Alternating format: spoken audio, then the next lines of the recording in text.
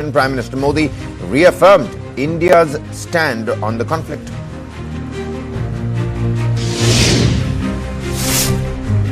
Chinese Foreign Minister Wang Yi arrives in Delhi. He is expected to meet Prime Minister Modi and External Affairs Minister S. Jaishankar during his two-day India visit.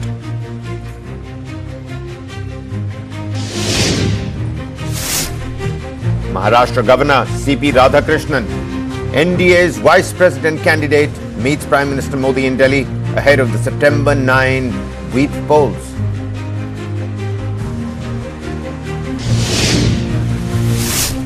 A special Lok Sabha session that was convened to honour Shukla but turned a little bit tense with the opposition disrupting the proceedings. MOS Jitendra Singh addressing the House amid the uproar, highlighting Shukla's contributions whilst managing the SIR interruptions.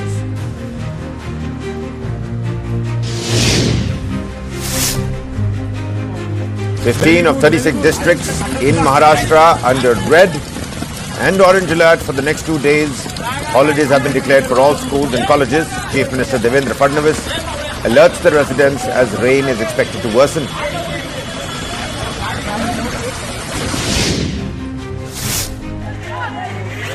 Row erupts in Anantapur as leaked audio allegedly of a TDP MLA Venkateswara Prasad making derogatory remarks against junior NTR now sparks protests.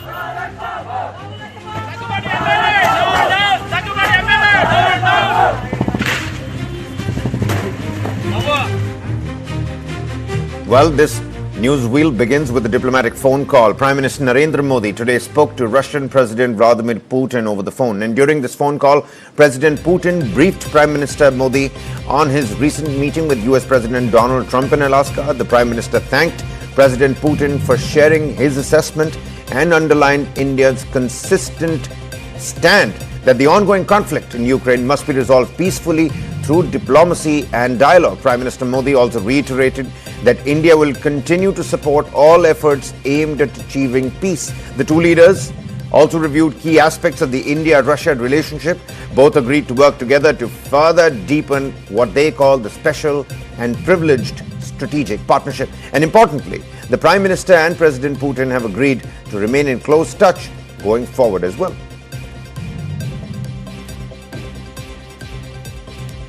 Kartikeya Sharma, Deputy Managing Editor, News9, joining us here on the broadcast here. Kartikeya, how does one look at these developments even as Wang Yi arrives in the national capital? Vladimir Putin dials Prime Minister Modi. Prime Minister Modi tells the world about it and he starts with that post saying, "Thanks, my friend Putin." What does this mean in terms of global realignment that we're looking at?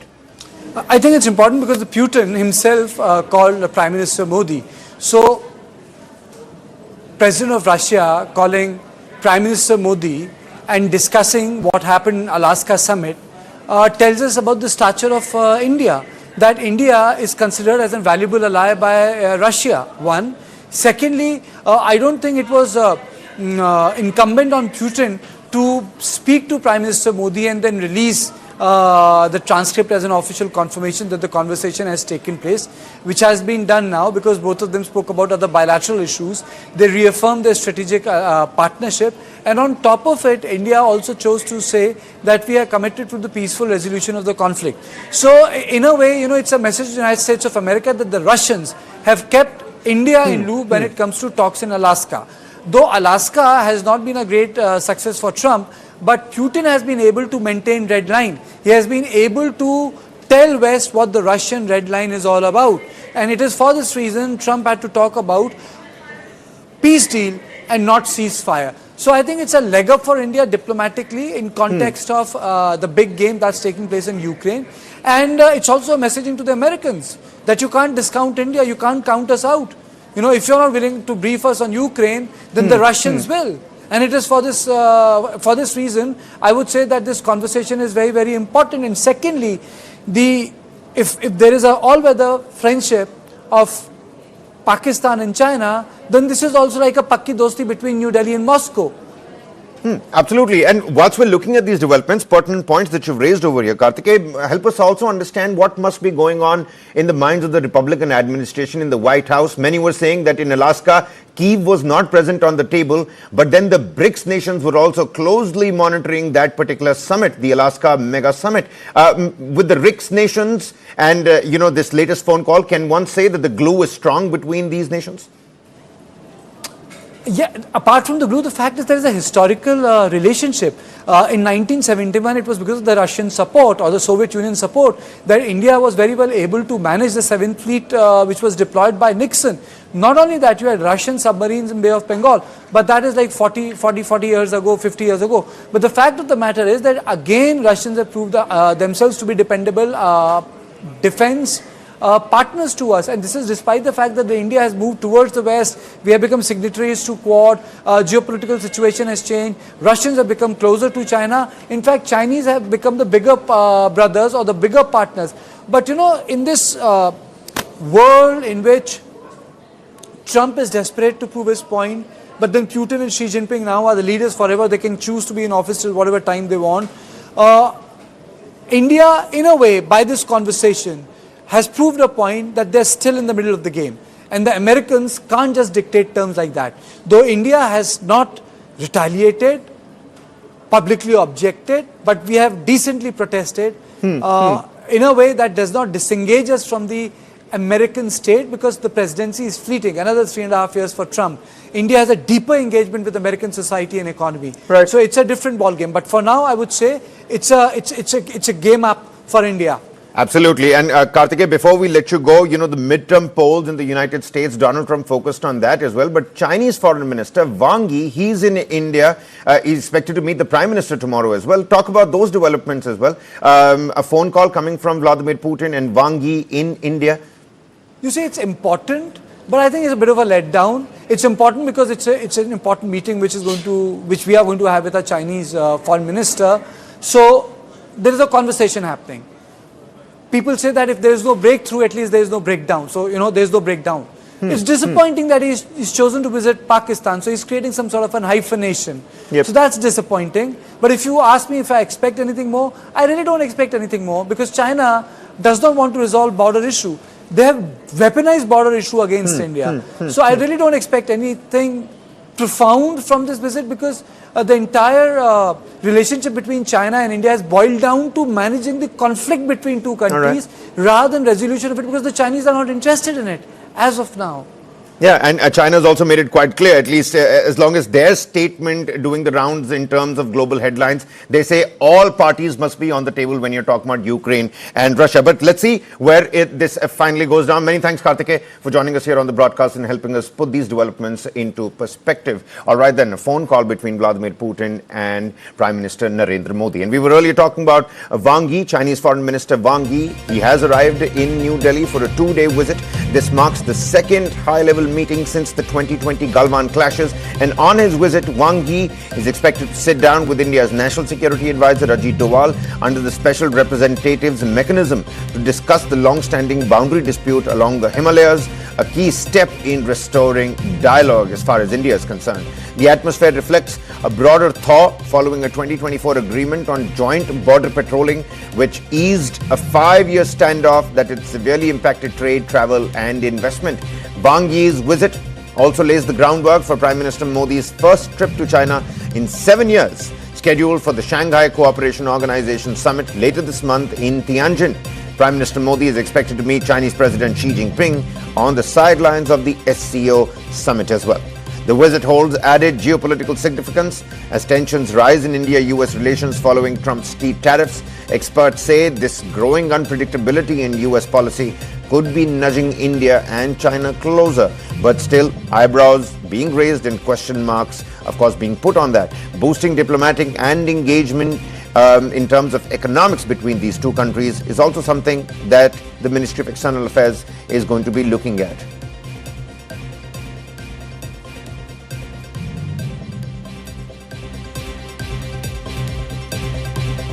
All right, my colleague Pragya Bakshi Sharma joins us on the broadcast here. Pragya, we were earlier talking about how important that phone call was from Putin. It wasn't incumbent on the Russian president to dial Prime Minister Modi, but he still kept India in its loop. And now, on the sidelines of the SCO, Prime Minister Modi expected to meet Xi Jinping, Wang Yi already in India. So much that has happened in terms of thaw in the Himalayan belt as well. What are you expecting from Wang Yi's visit here? Is this really, essentially setting the stage up for Prime Minister's visit to SCO, because he's also visiting Pakistan, and hyphenating these two countries is a problem for New Delhi? Right, Kabir, this is significant more now than before because of the tariff war that we have ongoing with the United States. The foundation for Wang Yi's visit was set, last year itself. In October, Prime Minister Modi and Xi Jinping met on the sidelines of BRICS summit last year in October in Beijing, and it was then decided that talks have to go forward, pertaining to the border issues and resolve those conflicts. However, now, and ever since we have been witnessing Jaishankar meeting Wang Yi in both Beijing and Delhi, so there has been a lot of back and forth happening. Now this is become increasingly important because the tariffs have come into the picture. And so there will be, I think it's safe to believe that there will be an attempt to resolve at least the border trade aspect of the conflict with China. And that is what both the parties seem to be rushing on. So how this plays out as far as, in the context of your question, the earlier call from Putin to the PM and everything, how all of these parties play out, who is placed where, remains to be seen. So far, the eyes are on Wang Yi's visit.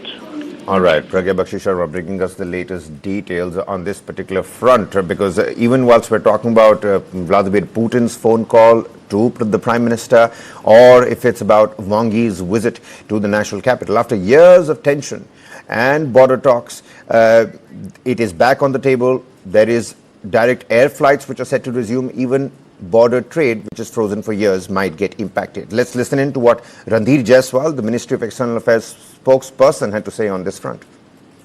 The Chinese Ministry of Commerce and General Administration of Customs in early April, as you would be aware, had announced the decision to implement export controls on certain rare earth related items.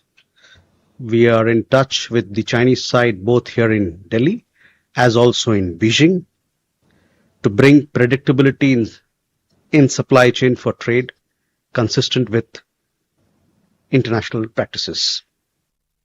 Predictability in supply chain trade. That's what the spokesperson tells us. And after years of tension, the border talks back on the table, direct air flights set to resume. Even border trade, frozen for 5 years, is now likely to restart. On the diplomatic front, meanwhile, high-level engagements have resumed, signaling a cautious thaw. Pilgrims will once again be able to take the Kailash Mansarovar Yatra through the Chinese territory. And in a major shift, tourist visas for Chinese nationals are back. It's a broad spectrum of confidence-building measures, really, together marking what both these sides, India and China, are calling a fresh chapter, the reset between these two nations. Meanwhile, engagements are gathering pace in the run-up to the Prime Minister's visit to China as well. Wang Yi and S. Jaishankar are already working to set the agenda for the Modi-Xi bilateral. And at the heart of these talks is a border trade long stalled under strain after a 5-year freeze. Discussions to open and reopen trade routes through the Lipu Lake Pass, the Shipkila Pass and the Nathula Pass are back on the table.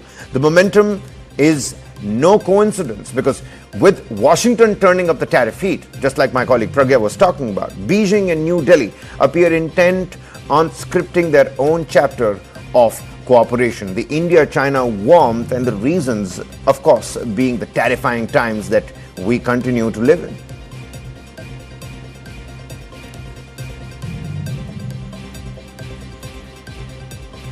Our bilateral relationship requires that we take a far-seeing approach to our ties. Since our leaders' meeting in Kazan in October 2024, the India-China relationship has been gradually moving in a positive direction, Our responsibility is to maintain that momentum. In recent times, as you have noted, Excellency, the two of us have had several opportunities to meet at international events and carry out strategic communication. It is our expectation that this will now be regular and take place in each other's countries. This year, we are marking the 75th year of the establishment of diplomatic relations between our two countries.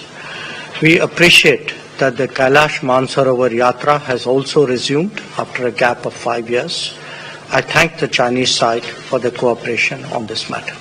Excellency, we have made good progress in the past 9 months for the normalization of our bilateral relations. It is the result of the resolution of friction along the border and our ability to maintain peace and tranquility there. This is the fundamental basis of our mutual strategic trust and for smooth development of bilateral relations. It is now incumbent on us to address other aspects related to the border, including de-escalation. As neighboring nations and major economies in the world today, there are various facets and dimensions of our ties.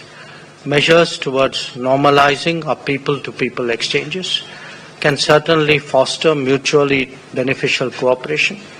It is also essential in this context that restrictive trade measures and roadblocks are avoided. I hope to discuss these issues with you in further detail. And take a look at this. The Parliament today paid tribute to Group Captain Shubhanshu Shukla, the Indian Air Force pilot and astronaut who recently returned from the Axiom 4 mission, the first Indian aboard the International Space Station. Now, the Lok Sabha session held just a day after Shubhanshu Shukla's return to India was charged with pride in motion, even as the opposition boycotted the proceedings. Union Science and Technology Minister Jitendra Singh led the commemoration, hailing Shubhanshu Shukla's feat as a new chapter in India's space journey.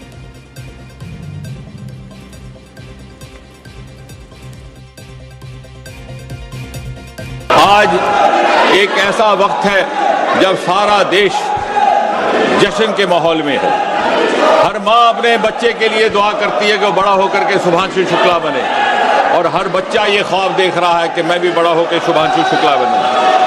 आज दुनिया ने भारत की क्षमताओं के आगे sir झुकाया है।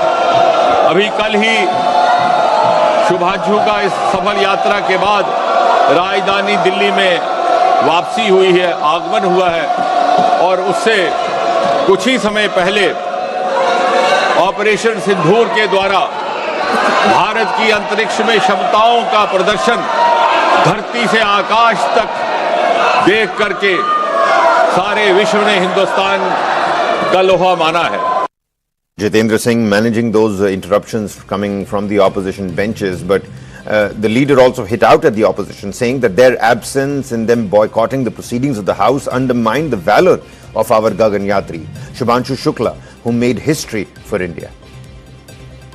Meanwhile, amid sloganeering in the Lok Sabha, the chair appealed to the opposition MPs to join the discussions on Shukla's achievement, but the members of parliament kept shouting SIR, a reference to the special intensive revision in poll-bound Bihar.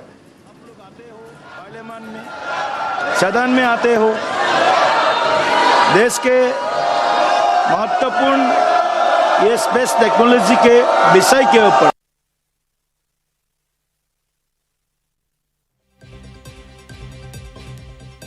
एक ऐसा वक्त है जब सारा देश जश्न के माहौल में है। हर माँ अपने बच्चे के लिए दुआ करती है कि वो बड़ा होकर के शुभांशु शुक्ला बने, और हर बच्चा ये ख्वाब देख रहा है कि मैं भी बड़ा होकर शुभांशु शुक्ला बनूं।